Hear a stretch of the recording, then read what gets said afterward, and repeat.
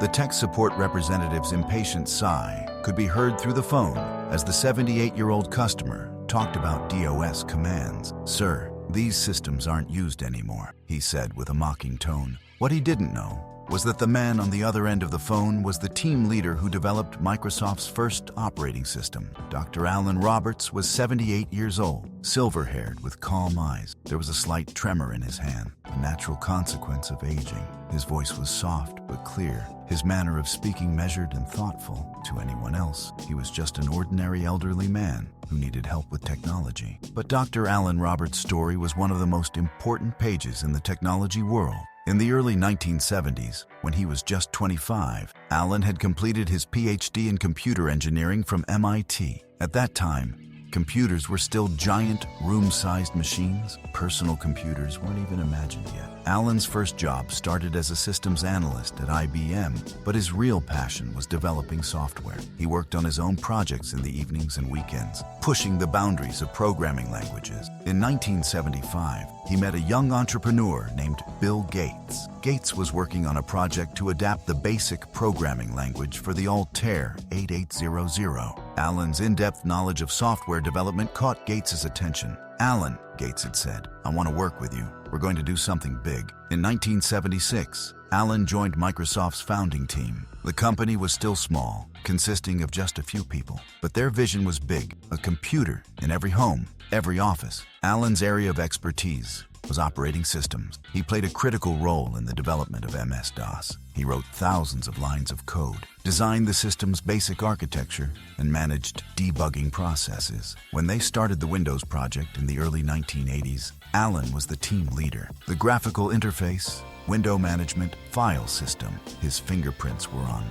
all of them. He worked at Microsoft for 15 years. From Windows 1.0 to Windows 95, he contributed to all versions. He wrote millions of lines of code, obtained hundreds of patents, and made decisions that shaped the industry. But in 1991, he made an unexpected decision. He retired. Why? Because technology was no longer serving people, but enslaving them. Everyone was becoming dependent on technology. Alan was uncomfortable with this direction.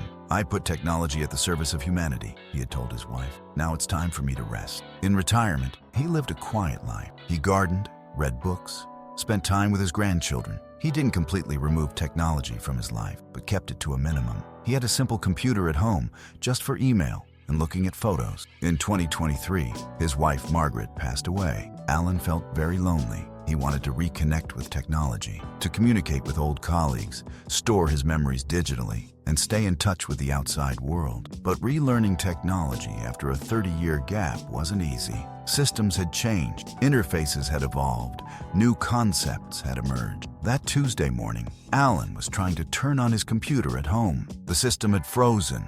A blue screen had appeared. He remembered DOS commands, but didn't know how to apply them in Windows 11. He called Tech Solution and requested technical support. Kevin Martinez was a 22-year-old technical support specialist working at Tech Solution, a computer engineering graduate, self-confident, fast-talking young man. He was good at his job, but impatient, especially when working with elderly customers. According to Kevin, elderly people didn't understand technology. They always had the same basic problems and couldn't grasp even simple solutions. This made his job difficult and wasted his time. Tech Solution, Kevin speaking. "How can I help you?" "Hello, Kevin. I'm Alan Roberts. My computer froze and won't turn on." Kevin guessed the customer's age from his voice. Another typical elderly customer problem. "Okay, Mr. Roberts, when did you last turn on your computer?" "Last night. I was checking my emails. Then the system slowed down and a blue screen appeared." "Blue screen?" Kevin thought, of course, to himself. "Well, did you restart the computer?" "Yes, but the same screen came up. I tried DOS commands, but they didn't work." Kevin started laughing. "DOS command? Sir, DOS was left in the 1980s. We use Windows now." "I know," Alan replied patiently, "but sometimes low-level commands solve problems. I tried to check the file structure with the dir command." "Sir," Kevin's voice was mocking, "what's the dir command? These antique systems don't work anymore. You use Windows Explorer." Alan remained silent. The things this young man was trying to teach him were systems he had created 40 years ago. "Well, Kevin, do you know how to check the system registry?" "Of course I know, but you wouldn't understand these things. I'll connect remotely and fix it. Which files is the registry stored in? Kevin hesitated. Sir, these are technical details. You don't need to worry about these things. Alan was curious. Well, how do you do kernel-level debugging? Sir, please, these are not things you would understand. I know my job. Kevin was starting to get uncomfortable with Alan's questions. This old man thought he was very knowledgeable. Mr. Roberts, listen, you're not knowledgeable about these subjects. I'm a computer engineer. Please, listen to me. Kevin? Alan's voice was calm but determined. Do you know assembly language? What? Assembly? Sir, that's dinosaur technology. Nobody uses assembly anymore. Well, have you done systems programming with C++? Kevin was getting annoyed. Sir, I work with modern technologies. Java, Python, React. You forget about these old things. I see. Alan smiled quietly. Well, let me ask you a question. What year did the first version of MS-DOS come out? I don't know, and it doesn't matter. It's very old. 1981. Alan answered. And the first version of Windows? Sir, this isn't a history lesson. Let's focus on fixing your computer. Kevin, I'm going to ask you something. Who is your manager at Tech Solution? Kevin was surprised. Why are you asking? Just curious. Can I speak with them? Sir, our manager is very busy, but I can solve your problem. Kevin, who is the CEO of your company? Miss Sarah Johnson. But why? I know Sarah Johnson, Alan said calmly. Kevin laughed. You know her? How so? It's a very long story. Would you call her? Sir, I can't call the CEO. Are you joking? Kevin, my name is Dr. Alan Roberts. Tell Sarah this name. Doctor, in what field? Computer engineering. From MIT. Kevin's mocking attitude decreased a bit. Okay, but I still can't call the CEO. Then I'll call. Alan hung up the phone. Kevin was surprised. Did this old man really know the CEO? It was impossible. He was probably bluffing. 15 minutes later, Kevin's phone rang. Internal line. His manager, Mike Thompson, was calling. Kevin, come to my office. Right now. Kevin's heart raced. Why was his manager calling? When Kevin entered Mike Thompson's office, his manager looked very serious. Kevin, which customer did you just talk to? I talked to several customers, sir. Which one do you mean? Doctor? Alan Robert. Kevin's stomach cramped. Yes, I talked to him. Why? Kevin, how did you talk to that customer? Normally, sir. He had a computer problem. I tried to help. What does normally mean? Kevin hesitated. Sir, he was an elderly customer. He was talking about old technologies. I explained modern systems to him. Mike took a deep breath. Kevin, do you know who Dr. Alan Roberts is? No, sir. He's one of Microsoft's founding members, the person who played a leading role in the development of MS-DOS and Windows, one of the legendary names in the industry. Kevin's face went white. This isn't possible. It's very possible. And he just called the CEO and told her about the conversation he had with you. Kevin swallowed.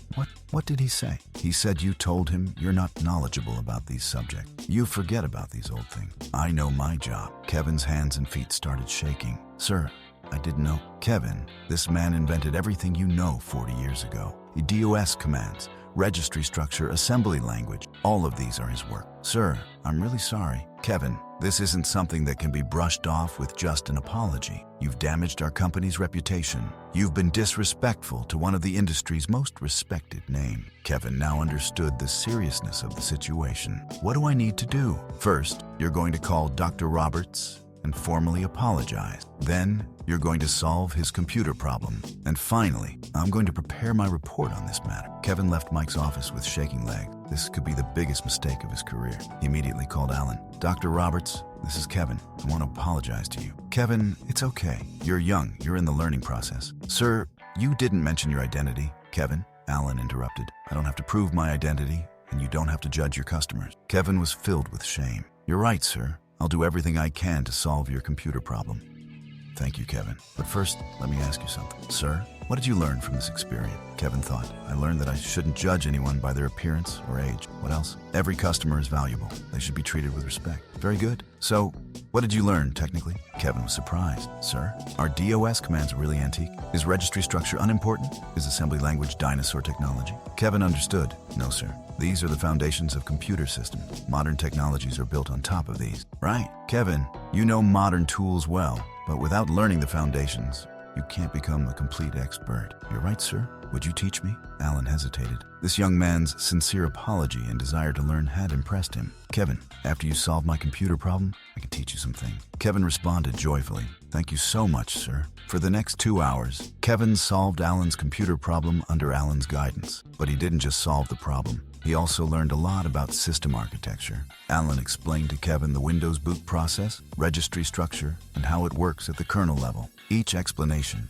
opened Kevin's eyes. Dr. Roberts, Kevin spoke with admiration. Where can I learn this information? Kevin, There are dozens of books on these subjects, but most importantly, you need to be curious. Try to understand every system deeply. Sir, I have a question for you. Why did you retire? You could still make very valuable contributions. Alan was silent. Kevin, sometimes loving something requires staying away from it. I don't understand. I developed technology for 40 years. My goal was to make people's lives easier. But in the end, I saw that technology was enslaving people. Kevin thought, what do you think now? Now I think that not all technology is bad. What's bad is using it for bad purposes or not understanding it. Sir, how about working with me? Alan was surprised. What do you mean? Mentor me. Keep teaching me these foundations. Alan smiled. Kevin, you're very young and enthusiastic, but this relationship should be mutual. What do you mean? I teach you the foundations.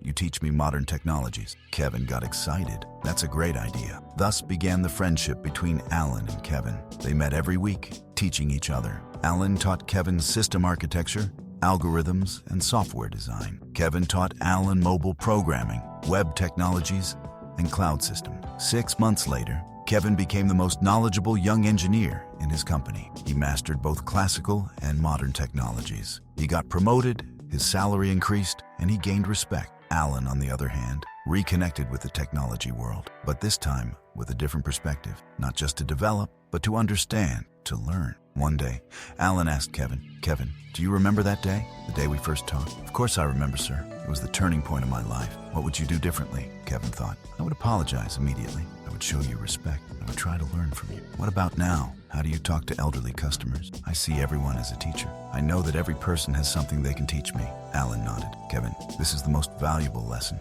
Age, appearance, position don't matter. Everyone carries a story.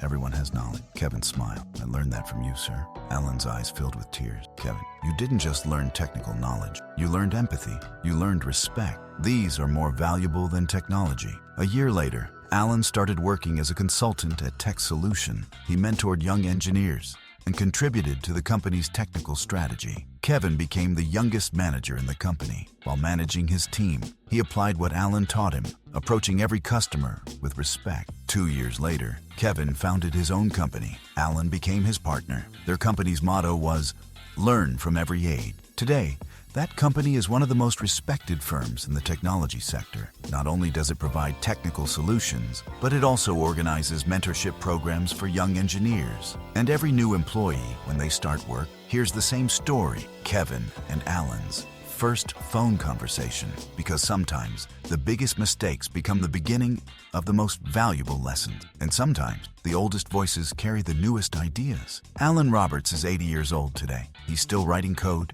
still teaching, still learning, because he knows that true wisdom is not in age, but in being open to learning. If you enjoyed this story, click the like button and subscribe to the channel so you don't miss the next story.